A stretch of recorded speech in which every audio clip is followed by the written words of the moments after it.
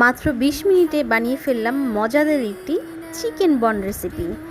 খুবই সহজ এবং মজাদার একটি রেসিপি। দেখে নিন কীভাবে বানালাম। প্রথমেই আমি এখানে ৩০০ গ্রামের মতো চিকেন আর ঠিক সমপরিমাণ পেঁয়াজ নিয়েছি। এর মধ্যে আমি অরিগানো, কিছুটা ম্যাগি মশলা আর সয়া সস দিয়ে একটু তেলের মধ্যে নাড়িয়ে নেব। কিছুটা এখানে আমি দিয়ে দিচ্ছি হালকা করে লবণ আর একটু চিনি।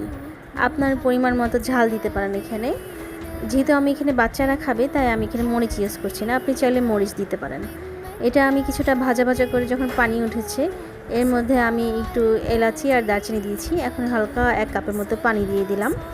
এই পানিটার মধ্যে আমি একটু পরে একটু গুঁড়া দুধ দিয়ে দিব ২ চামচের মতো। এটা যখন আমি দেখলাম মাখা মাখা হয়ে গেছে রেখে দিব। এখন আমি সুন্দর মতো বানিয়ে নিচ্ছি। বনের জন্য খামিটা বানাতে এখানে আমার লাগছে ২ চামচের মতো ইস্ট আর ২ চামচের মতো চিনি। তারপর এটা আমি ১০ মিনিটের জন্য রেখে দিয়েছিলাম। আর আপনারা এখানে স্বাদ মতো লবণ অ্যাড করে নেবেন। তারপরে আমি এখানে ৪ কাপের মতো দিয়েছিলাম ময়দা।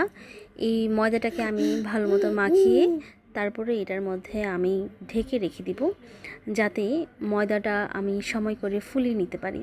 আপনারা চাইলে এখানে ২ ঘন্টা রাখতে পারেন। আমি এখানে ১ ঘন্টার জন্য রেখেছিলাম। ১ ঘন্টার মধ্যেই এখানে যথেষ্ট ফুলে গিয়েছে।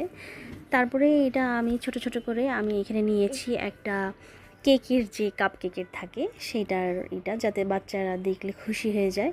তাই আমি ছোট ছোট করে এটার মধ্যে মাংস কিংবা কলি দিয়ে গোল করে জাস্ট ওখানে তেলটা ব্রাশ করে তারপর এটা দিয়ে দিলাম। আর দেখুন এটা কিন্তু দেখতে খুবই কিউট হয়েছে। আপনারা চাইলে এগুলি বড় করে বন বানিয়ে একটা ট্রেতেও দিতে পারেন, এটা আপনাদের নিজস্ব ইচ্ছা। তারপর আমি কিছুটা এখানে ডিমের কুসুমটা দিয়ে তারপরে এখানে সাদা তেল দিয়ে আমি ২৫০ ডিগ্রিতে দিয়ে দিলাম ওভেনে। ২০ মিনিট পরে আমি তুলে নিব।